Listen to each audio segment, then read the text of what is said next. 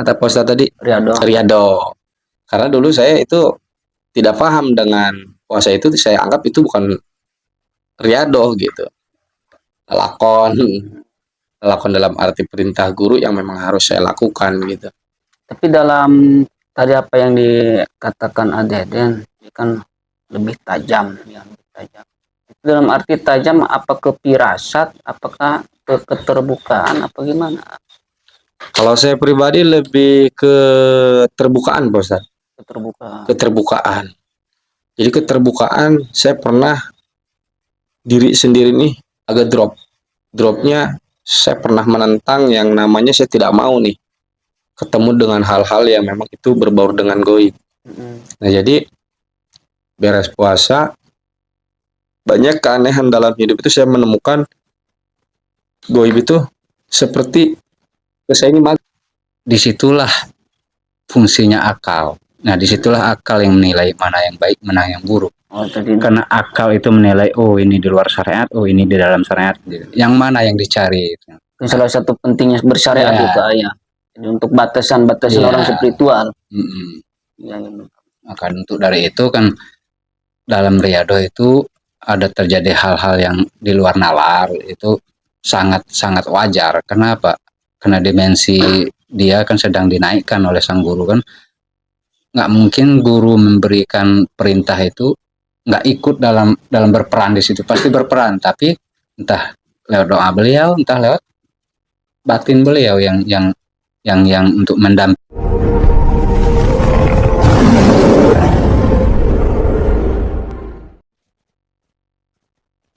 Assalamualaikum warahmatullahi wabarakatuh. Waalaikumsalam warahmatullahi wabarakatuh. Salam sejahtera untuk kita semua. Mudah-mudahan kita diberikan kesehatan oleh Allah Subhanahu wa taala. Alhamdulillah kita pada malam ini bisa berbincang-bincang kembali, ya bisa ngopi bareng kembali bersama A.A. Deden dengan A.A. Rijal. Mak sehat? Alhamdulillah Pak Ustadz. Alhamdulillah sehat.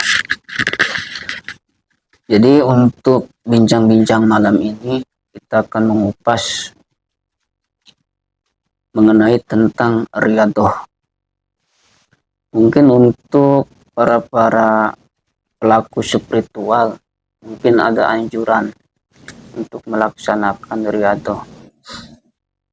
Yang mana riyadhah ini kan sebenarnya untuk melawan hawa nafsu kita sendiri. Mungkin pelaku-pelaku spiritual banyak yang diberikan anjuran oleh para guru-gurunya untuk melakukan riyadhah tersebut.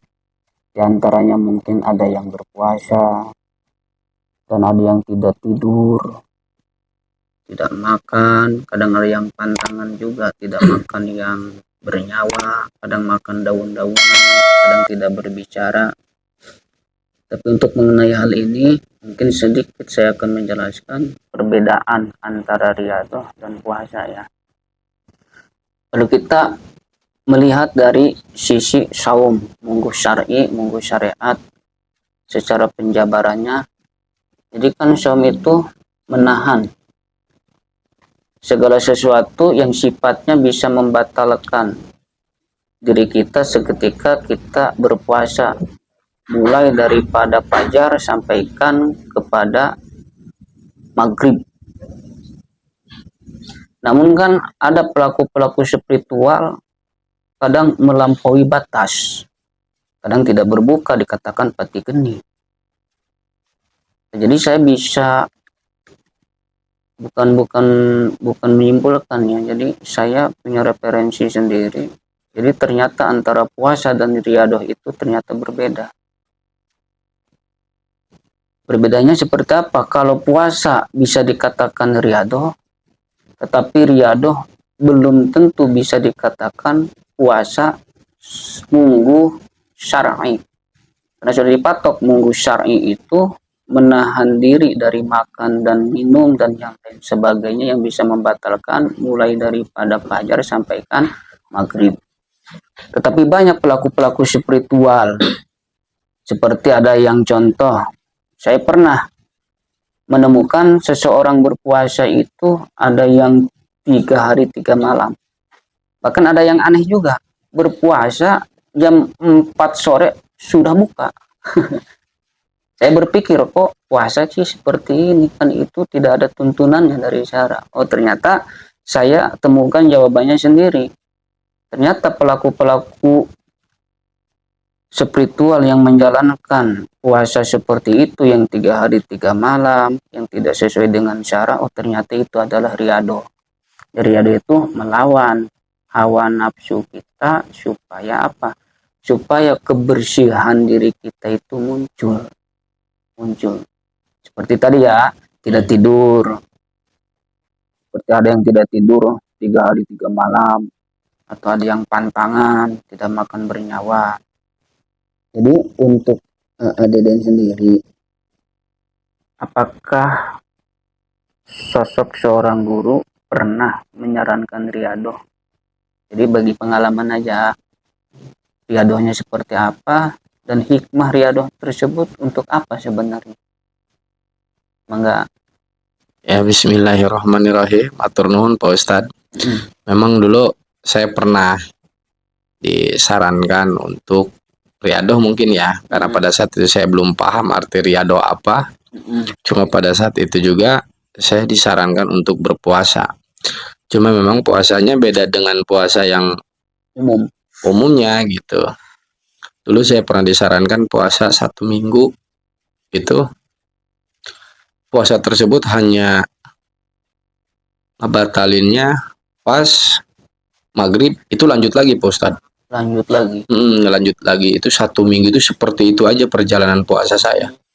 Jadi puasa dari pagi sampai jam 6, kita buka dulu, minum 1 gelas, beres buka kita lanjut lagi puasa, dan ketemu di jam 6 lagi itu langsung kita buka lagi, sampai segitu, sampai 1 minggu tuh. Iya.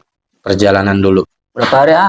1 minggu Pak Ustadz. 1 minggu berarti 7 hari. 7 hari. Lulus entah itu. Emang secara pribadi saya merasakan saya nggak sanggup dulu, nggak sanggupnya karena mungkin kita nggak makan nasi ya, kan identik kalau misalkan tidak makan nasi itu kan badan kadang-kadang lemes. Nah tapi dengan niat Pak Ustadz, pada saat itu niat saya kuat, sehari 2 hari saya masih bisa tuh. 3 hari saya hampir mau ngebatalin yang memang guru anjurkan tentang puasa saya. Cuma karena mungkin niat saya kuat, alhamdulillah saya nyampe 7 hari. Nah, pas saya nyampe 7 hari puasa yang disarankan guru, memang kerasanya beda gitu, karena bedanya nggak makan gitu, kerasa laparnya luar biasa Pak Ustadz. Beda lah, lemas. Cuma pada saat beres puasa itu banyak keanehan di diri saya, banyak keanehan. Jadi hikmahnya mungkin aja. Nah mungkin itulah hikmah puasa 1 minggu itu kan dalam sisi batin apa dalam sisi kehidupan. Jadi keanehan tersebut itu di kehidupan Pak Ustadz. Di kehidupan. Jadi beresnya puasa 1 minggu, saya nggak tahu kenapa perasaan saya itu berbeda, dalam arti berbeda, tidak seperti umumnya diri saya gitu, karena mungkin saya sadarnya karena mungkin nggak makan mungkin, jadi power atau energi di diri itu lemah apa seperti apa saya nggak paham. Cuma di situ lebih condong ke hal-hal spiritual larinya, ke hal-hal mistis gitu tuh, lebih tajam sorotan itu tuh Pak Ustadz. Oh jadi lebih peka. Lebih peka. Padahal pada saat guru menyarankan puasa yang dinamakan 1 minggu itu cuma hanya batal jam 6 terus lanjut lagi, itu saya tidak tahu arah puasa ini arahnya gitu. Buat apa tidak tahu, cuma manut bae. Nah karena saya mau orangnya nih nggak pernah membantah apa yang beliau perintahkan, ya saya jalani gitu. Ternyata saya menyadari hikmah dari yang saya alami tentang puasa tersebut kok seperti ini gitu. Berarti dalam konteks kehidupannya ada perbedaan nggak ya? Setelah ada Pak Ustadz, setelah menjalankan puasa yang tadi dinamakan apa tadi kata Pak Ustadz tadi, riado. Karena dulu saya itu tidak paham dengan puasa itu, saya anggap itu bukan riado gitu, lakon lakukan dalam arti perintah guru yang memang harus saya lakukan gitu. Tapi dalam tadi apa yang dikatakan Adeden ini kan lebih tajam ya, lebih tajam. Itu dalam arti tajam apa ke firasat, apakah ke keterbukaan apa gimana? Kalau saya pribadi lebih ke terbukaan, Pak Ustadz. Keterbukaan. Keterbukaan. Jadi keterbukaan, saya pernah diri sendiri nih agak drop. Dropnya saya pernah menentang yang namanya saya tidak mau nih ketemu dengan hal-hal yang memang itu berbaur dengan goib. Nah jadi beres puasa banyak keanehan dalam hidup itu saya menemukan goib itu seperti saya ini magnet, seperti gimana ya, seperti magnet itu tuh dia yang nyamperin gitu. Cuma saya secara pribadi punya rasa ketakutan karena mungkin saya yang awam diberikan pemahaman itu tidak nyampe lah untuk berpikir ke situ. Cuma ya saya jalanin, saya nikmatin lewat perjalanan hidup. Wallahu a'lam bishawab. Saya pikir mungkin ada hikmahnya lagi untuk kedepannya, ya ternyata sekarang mungkin udah tidak seperti awal gitu. Gitu. Tidak, maksudnya masih selalu menemukan hal-hal goib, cuma rasa takut itu udah agak berkurang sekarang. Itu. Sebenarnya pelajaran apa kan diawali mungkin tadi dikatakan di Riyadhah yang dianjurkan oleh guru dan kita ada keterbukaan atau kepekaan. Terus dari pelajaran-pelajaran keterbukaan itu ada keuntungannya enggak untuk diri kita, memotivasi untuk diri kita atau untuk orang lain? Ya kalau menurut saya, kadang awal saya berpikir itu ada kerugiannya untuk diri sendiri. Karena apa ruginya itu? Karena pada saat itu kan awal terbukanya ya, mungkin hal-hal seperti itu. Jadi saya merasa takut itu lebih daripada yang sebelum puasa. Jadi setelah puasa takut ini lebih kencang gitu Pak Ustadz. Karena kencangnya ya selalu dihampiri oleh hal-hal makhluk yang memang saya tidak pernah melihat, awalnya akhirnya pernah melihat. Itu secara kerugian untuk diri sendiri ya. Cuma setelah saya gali, saya pahami, saya belajar menerima, alhamdulillah ternyata ada keuntungan ke diri sendiri juga. Jadi bisa jadi pelajaran. Bisa jadi pelajaran. Oh, saya bilang seperti ini, bahwa hidup tuh kalau memang misalkan kita ingin lebih baik lagi untuk hal-hal apa yang terlihat secara goib, berarti dalam dunia nyata pun kita harus seperti ini agar baik. Kita pulang ya mungkin lah ya bisa lebih apa yang kita harapkan gitu. Untuk Rizal, mungkin kan ini pengalaman daripada Adeden setelah melaksanakan Riyadhah.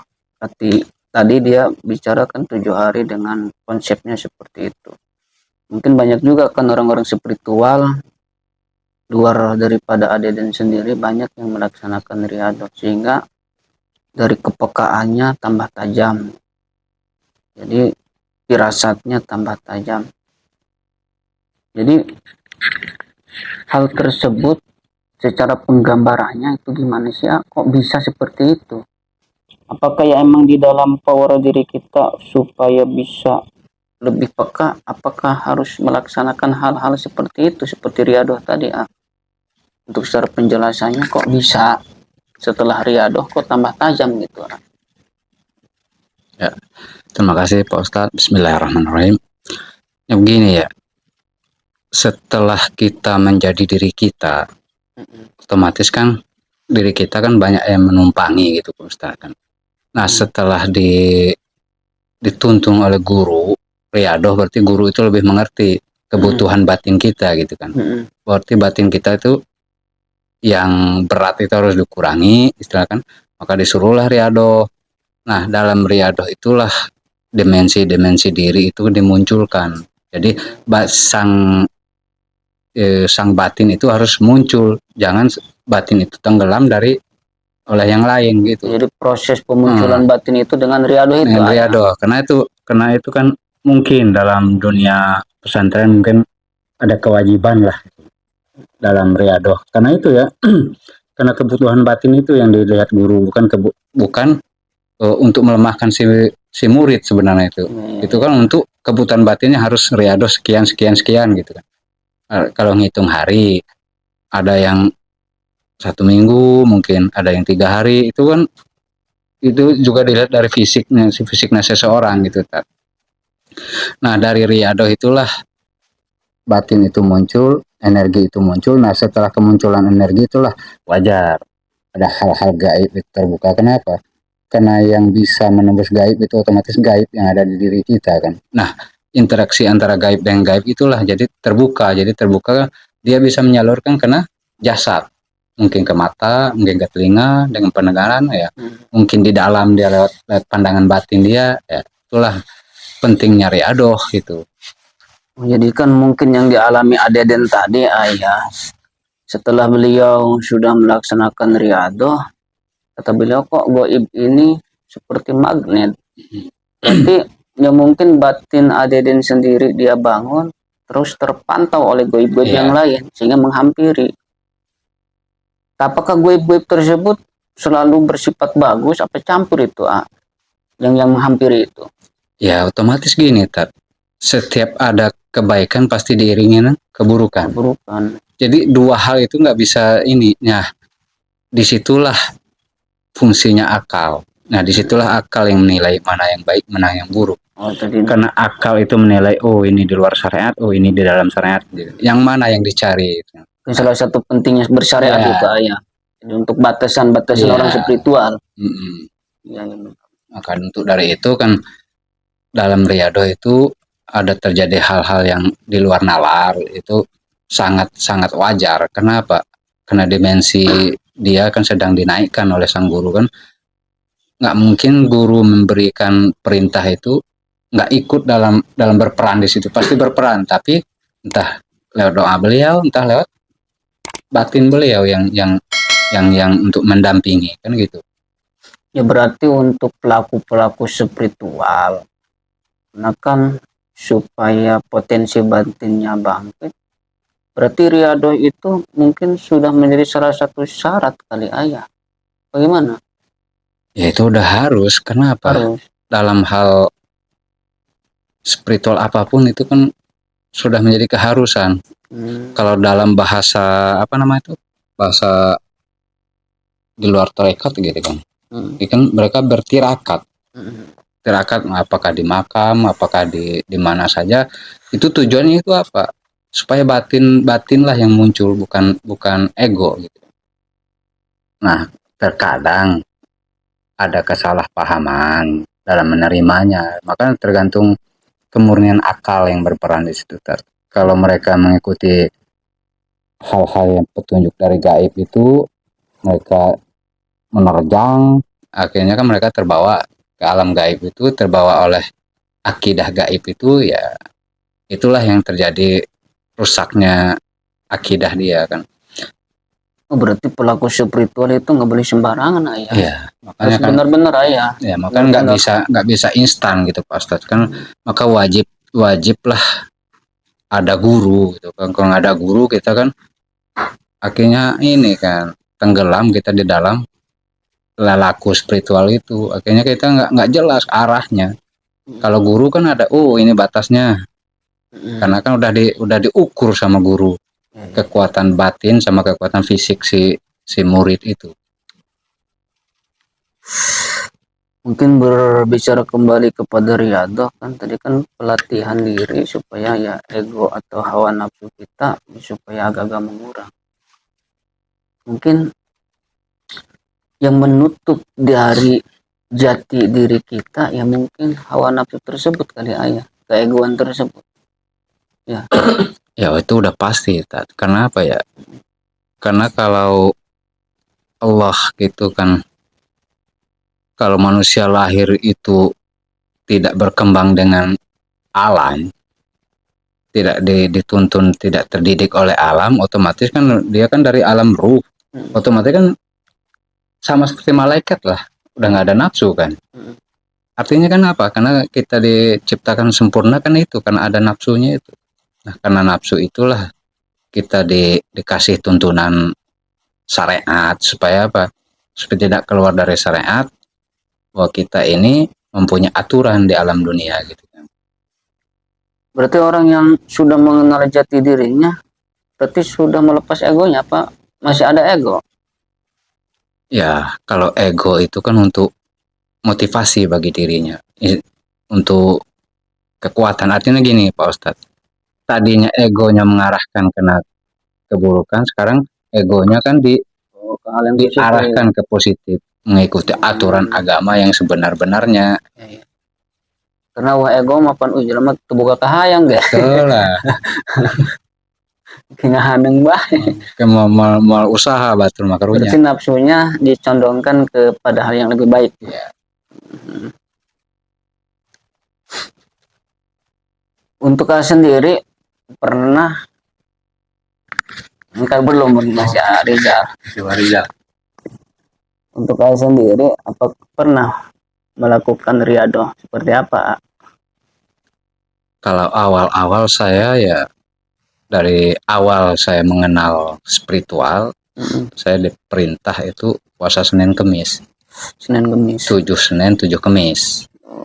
Jadi setelah tamat itu, selang beberapa itu saya diharuskan ini, keluar dari dalam diri saya, diharuskan untuk berpuasa biasa, tetapi tidak memakan yang bernyawa. Jadi hikmah yang saya dapatkan itu dengan itu pengendalian nafsu, pengendalian emosi. Artinya gini, zat hewani itu kan otomatis lari kan ke arah amarah. Ya, pengendalian amarah itu dimulai dari itu saya. Jadi saya rasakan itu ketenangan itu ya saya dapatkan dari itu, hikmahnya bagi saya, nggak tahu orang lain kan. Kalau untuk berikutnya saya pernah 40 hari gitu. Itu ya biasa itu Pak Ustadz. Jadi hikmah-hikmah ya untuk menguatkan energi aja itu. Jadi ada pencerahan ya setelahnya beres melaksanakan riado, ada pencerahan. Untuk Adeden. Ya, siap Ustadz. Jadi untuk Adeden sendiri, sesuai apa yang dialami Adeden, untuk kita di spiritual ya, yang ngalalakon dalam pelaku spiritual. Jadi salah satu motivasi bisa dikategorikan riado. Apa sih yang harus kita hindari supaya ego yang kurang baik ini supaya agak menurun? Ya pokoknya saya berbicara untuk motivasi.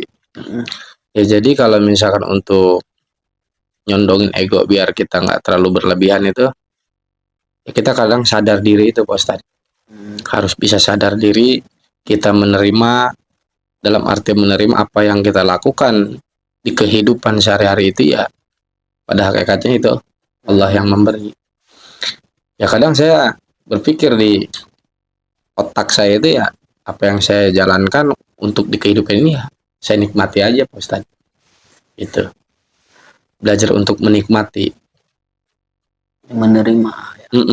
Itu kan salah satu riadoh juga ya. Ya kan pembelajaran diri kadang kan mungkin kita banyak tidak menerima, ini kita perang menerima, itu salah satu riadoh juga ya. Benar-benar Pak Ustadz. Jadi simpulnya kita ambil kesimpulan pengertian daripada riadoh tadi. Jadi ya mungkin riadoh tersebut apabila kita menjalani riadoh dengan metode apapun yang diberikan oleh guru atau yang terinspirasi oleh diri kita lakukan, ternyata itulah yang akan menghilangkan ego-ego yang kurang baik sehingga kita bisa menemukan kejernihan diri kita sendiri ya. Ya benar Pak Ustadz. Mudah-mudahan ada manfaatnya pada kesempatan malam ini untuk kita semua dan untuk yang menyaksikan. Saya tutup. Assalamualaikum warahmatullahi wabarakatuh.